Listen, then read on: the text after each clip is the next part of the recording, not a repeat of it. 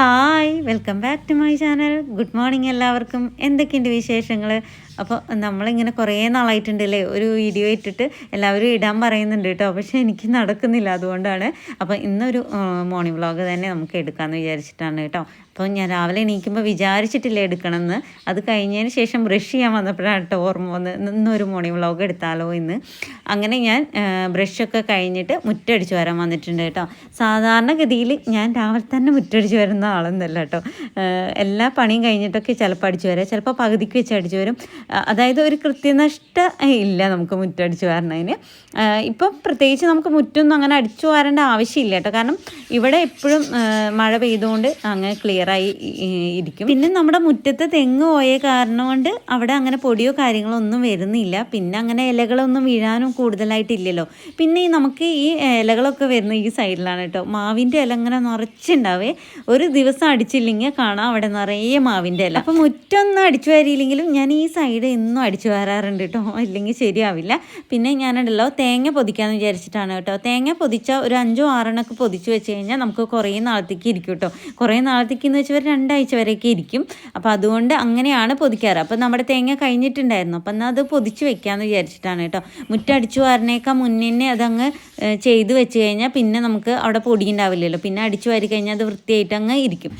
അപ്പോഴേക്കും ചേട്ടൻ ജിമ്മിലേക്ക് പോകാൻ ഇറങ്ങിയിട്ടുണ്ട് കേട്ടോ. ഞാൻ പിന്നാലെ ഗേറ്റ് തുറന്നു കൊടുക്കാൻ വേണ്ടിയിട്ടാണ് കേട്ടോ പോയിട്ടുള്ളത്. എന്നും ഞാൻ ഗേറ്റ് തുറന്നു കൊടുക്കാൻ പോകുന്ന ആളല്ല, ചില സമയത്തൊക്കെയാണ് ഗേറ്റ് തുറന്നു കൊടുക്കാൻ പോവുള്ളൂ. കാരണം ഇന്ന് ഞാൻ മുറ്റത്തുള്ള കാരണം കൊണ്ടാണ് കേട്ടോ. മഴ പെയ്തിട്ട് ഇതുപോലെ ഇങ്ങനെ മുറ്റത്തൊക്കെ വന്ന് നിൽക്കാൻ നല്ല രസമാണ്, പക്ഷേ രാവിലെ ആസ്വദിക്കാനുള്ള സമയമൊന്നും നമുക്ക് ഉണ്ടാവില്ലല്ലോ, അതാണ് പ്രശ്നം. പിന്നെ ഞാൻ ഈ സൈഡ് അങ്ങ് അടിച്ചു വരാമെന്ന് വിചാരിച്ചു കേട്ടോ.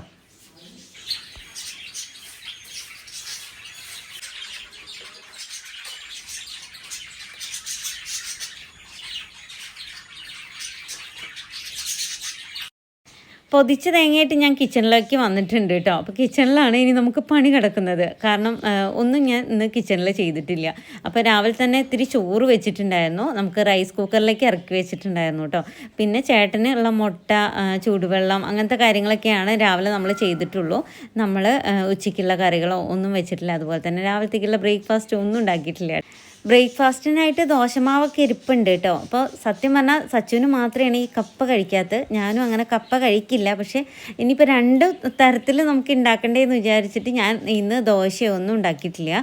അപ്പോൾ നമുക്ക് വിചാരിച്ചു എന്തായാലും എല്ലാവർക്കും കൂടി ഒന്ന് തന്നെ ഇന്ന് ഉണ്ടാക്കാമെന്ന് വിചാരിച്ചിട്ട് ഞാൻ മത്തി അങ്ങ് നേരാക്കി എടുക്കാം ആദ്യം തന്നെ എന്ന് വിചാരിച്ചു കേട്ടോ. അത് കഴിഞ്ഞിട്ട് വേണമല്ലോ നമുക്ക് ബുദ്ധിമുട്ടുള്ള പണികൾ ആദ്യം തന്നെ ചെയ്ത് കഴിഞ്ഞാൽ പിന്നെ നമുക്ക് എളുപ്പമായിരിക്കും പണി എന്ന് വിചാരിച്ചേ. മത്തി നേരാക്കളെ എനിക്ക് വലിയ ബുദ്ധിമുട്ടുള്ള പണിയായിട്ടൊന്നും തോന്നിയിട്ടില്ല കേട്ടോ. പക്ഷേ സമയമില്ലെങ്കിൽ മാത്രമാണ് ബുദ്ധിമുട്ടുള്ളത്.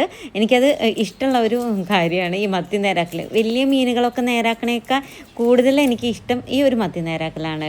ഇനി നമുക്ക് ഫ്ലാഷ് ബാക്കിലേക്ക് ഒന്ന് പോവാം. കുറച്ച് വർഷങ്ങൾക്ക് മുൻപ്, കുറേ ഇല്ല കേട്ടോ, കുറച്ച് വർഷങ്ങൾക്ക് മുൻപ് ചേട്ടൻ ഇങ്ങനെ ഉണ്ടല്ലോ മീൻ ഒരുപാട് അങ്ങ് മേടിച്ചിട്ട് വരും കേട്ടോ. ചിലപ്പം 6 കിലോ 7 കിലോ അങ്ങനെയൊക്കെ ആയിരിക്കും അത്രയ്ക്കും വാങ്ങിയിട്ട് വരും. ചിലപ്പം നമ്മൾ ചാവക്കാട് കടൽ അങ്ങനെയൊക്കെ പോയി വരുമ്പോഴും കുറേ വാങ്ങിയിട്ട് വരും. അപ്പം ഞാനുണ്ടല്ലോ രാത്രി മുഴുവൻ അത് കൈയോടുകൂടി അങ്ങനെ ഇരുന്ന് നേരാക്കും കേട്ടോ. അങ്ങനെ നേരാക്കി എക്സ്പീരിയൻസ് ആയിട്ടാണ് കേട്ടോ ഇപ്പോൾ ഇത്രയ്ക്കൊക്കെ പെട്ടെന്ന് നമുക്ക് നേരാക്കാനും എളുപ്പമാണെന്നൊക്കെ പറയണത്. അല്ലാത്തവർക്ക് ഇത് ബുദ്ധിമുട്ടായിട്ടാണ് കേട്ടോ തോന്നുക. നമ്മുടെ എല്ലാം ഒരു എക്സ്പീരിയൻസ് ആണെന്ന് പറയില്ല, അതുപോലെയാണ് വലിയ മീനുകളൊക്കെ ഞാൻ ഒറ്റയടിക്ക് നേരാക്കുമായിരുന്നു. ഇപ്പം എനിക്കത് സാധിക്കണില്ല കേട്ടോ. കാരണം കുറച്ചായിട്ട് നമ്മളത് കുറച്ചിട്ടുണ്ടായിരുന്നു. കുറച്ച് വർഷങ്ങളായി നമ്മൾ മീനിൻ്റെ പരിപാടി കുറച്ചതാണ്. അതുകൊണ്ടാണ് ഇപ്പം ആ ഒരു ഇത് കിട്ടുന്നില്ല കേട്ടോ. പിന്നെ ഞാനിതാ മീനൊക്കെ ആ സമയം കൊണ്ട് നേരാക്കി എടുത്തിട്ടുണ്ട്. എന്നിട്ട് ഗോതമ്പ് പൊടി ഇട്ടിട്ട് നന്നായിട്ട് ഗോതമ്പ് പൊടി ഇട്ടിട്ട് കഴുകുകയാണെങ്കിൽ നല്ല പോലെ തന്നെ മീൻ വൃത്തിയായി കിട്ടും. അതുപോലെ ആ ഉളുമ്പ് മണമൊക്കെ മാറി കിട്ടും കേട്ടോ. അപ്പോൾ അതുകൊണ്ട് നന്നായിട്ട് കഴുകി അങ്ങ് മാറ്റി വെച്ചിട്ടുണ്ട്. അപ്പം ഞാൻ വിചാരിച്ചത് ഫ്രൈയും ചെയ്യാം, അതുപോലെ തന്നെ കറി വെക്കാമെന്നൊക്കെയാണ് കേട്ടോ വിചാരിച്ചിട്ടുണ്ടായിരുന്നു. പക്ഷെ നോക്കുമ്പോൾ നേരാക്കി കഴിഞ്ഞപ്പോൾ അത്ര അങ്ങോട്ട് ഇല്ല കേട്ടോ. പിന്നെ ഫ്രഷ് ഒന്നല്ല മീൻ, കുറച്ച് മീനിങ്ങനെ ബുദ്ധിമുട്ടുണ്ട് കേട്ടോ നമുക്ക് നേരാക്കാനൊക്കെ വേണ്ടിയിട്ട്, അത്ര ഫ്രഷ് അല്ലാത്തതുകൊണ്ട്. അപ്പം ഞാനിന്ന് കറി വെക്കാമെന്ന് വിചാരിച്ചിട്ടോ ഒന്നിച്ച്. ഇന്ന് നമ്മൾ എന്നും വെക്കുന്ന പോലെ തന്നെയാണ് കേട്ടോ വെക്കുന്നത്. പക്ഷേ ഞാൻ ഇന്ന് കുടംപുളിയിലല്ല വെക്കുന്നത്, നമ്മുടെ സാധാ വാളംപുളിയില്ലേ അതിലാണ് കേട്ടോ വെക്കുന്നത്. ഈ മത്തി വാളംപുളിയിൽ വെക്കുമ്പോൾ ഒരു പ്രത്യേക ടേസ്റ്റാണെന്ന് എനിക്ക് തോന്നിയിട്ടുണ്ട് കേട്ടോ. എൻ്റെ വീട്ടിലൊക്കെ ഈ മത്തി വെക്കുന്നത് മിക്കവാറും ഇങ്ങനെ തന്നെയാണ് കേട്ടോ, ഈ ഒരു വാളംപുളി വെച്ചിട്ടാണ്.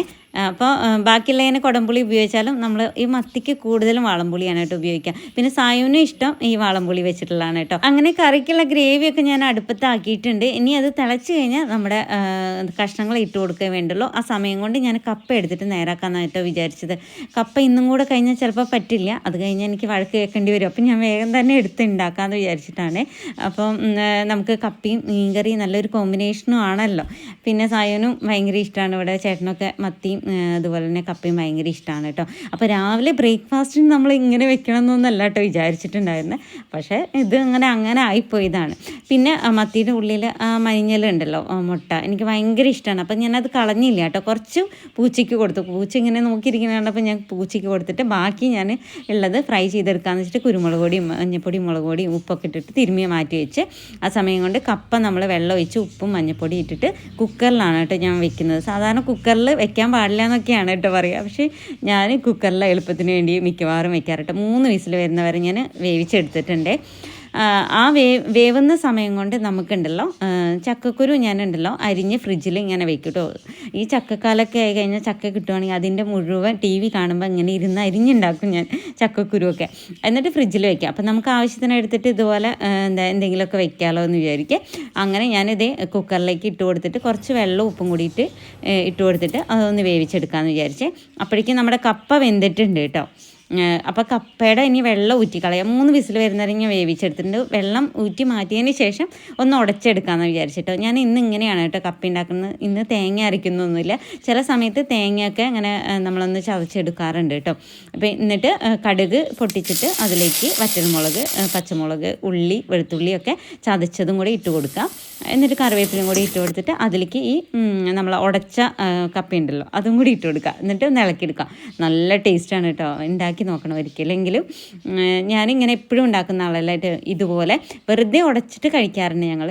ഇതുപോലെ കടുകൊന്നും പൊട്ടിക്കാറില്ല. പിന്നെ ഇല്ലെങ്കിൽ നമ്മൾ തേങ്ങയൊക്കെ എന്താ പറയുക ചതച്ചെടുത്തിട്ട് ഉണ്ടാക്കാറുണ്ട് കേട്ടോ. അങ്ങനെ നമ്മുടെ കപ്പപ്പുഴുക്കും മീൻകറിയൊക്കെ ആയിട്ടുണ്ട്. ഇനി നമുക്കുണ്ടല്ലോ വേറൊരു ചട്ടി എടുത്തിട്ട് ഇതുപോലെ തന്നെ ഞാൻ വെളുത്തുള്ളിയും ഉള്ളിയും പച്ചമുളകും വറ്റൽമുളകും ഒക്കെ ചതച്ചെടുത്തിട്ടുണ്ടായിരുന്നേ. അപ്പോൾ അതങ്ങ് കടുക് പൊട്ടിച്ചതിന് ശേഷം അതിലേക്കിട്ട് കറിവേപ്പില ഇട്ടിട്ട് നമ്മുടെ ചക്കക്കുരു വേവിച്ചും കൂടി ഇട്ട് കൊടുക്കുക. അങ്ങനെ നമ്മുടെ ചക്കക്കുരു മെഴുക്ക് പുരട്ടി റെഡി ആയിട്ടുണ്ട്. ഇനി ഒരു പാൻ വെച്ച് എണ്ണ ഒഴിച്ചിട്ട് അതിലേക്ക് മഞ്ഞളും കൂടി ഇട്ട് കൊടുത്തിട്ട് അത് ഫ്രൈ ചെയ്തെടുക്കുക കേട്ടോ. അപ്പോഴേക്കും നമ്മുടെ മീൻകറിയും കപ്പയും അതുപോലെ ചക്കക്കുരു മെഴുക്ക് പുരട്ടിയും നമ്മുടെ മഞ്ഞളൊക്കെ റെഡി ആയിട്ടുണ്ട് കേട്ടോ. അപ്പോൾ ഞാൻ വേഗം കപ്പ കഴിക്കാൻ വേണ്ടിയിട്ട് എടുത്തു. അതിൻ്റെ ഒപ്പം മഞ്ഞൾ മുഴുവനായിട്ട് ഞാൻ എടുത്തു കേട്ടോ. കാരണം ചിലപ്പോൾ ആരും കഴിച്ചെന്ന് വരില്ല. അപ്പോൾ പിന്നെ ഞാൻ തന്നെ കഴിക്കാമെന്ന് വിചാരിച്ച് ഞാൻ ആ സമയം കൊണ്ട് ചായയൊക്കെ ഉണ്ടാക്കിയിട്ട് കഴിക്കുകയാണ് കേട്ടോ.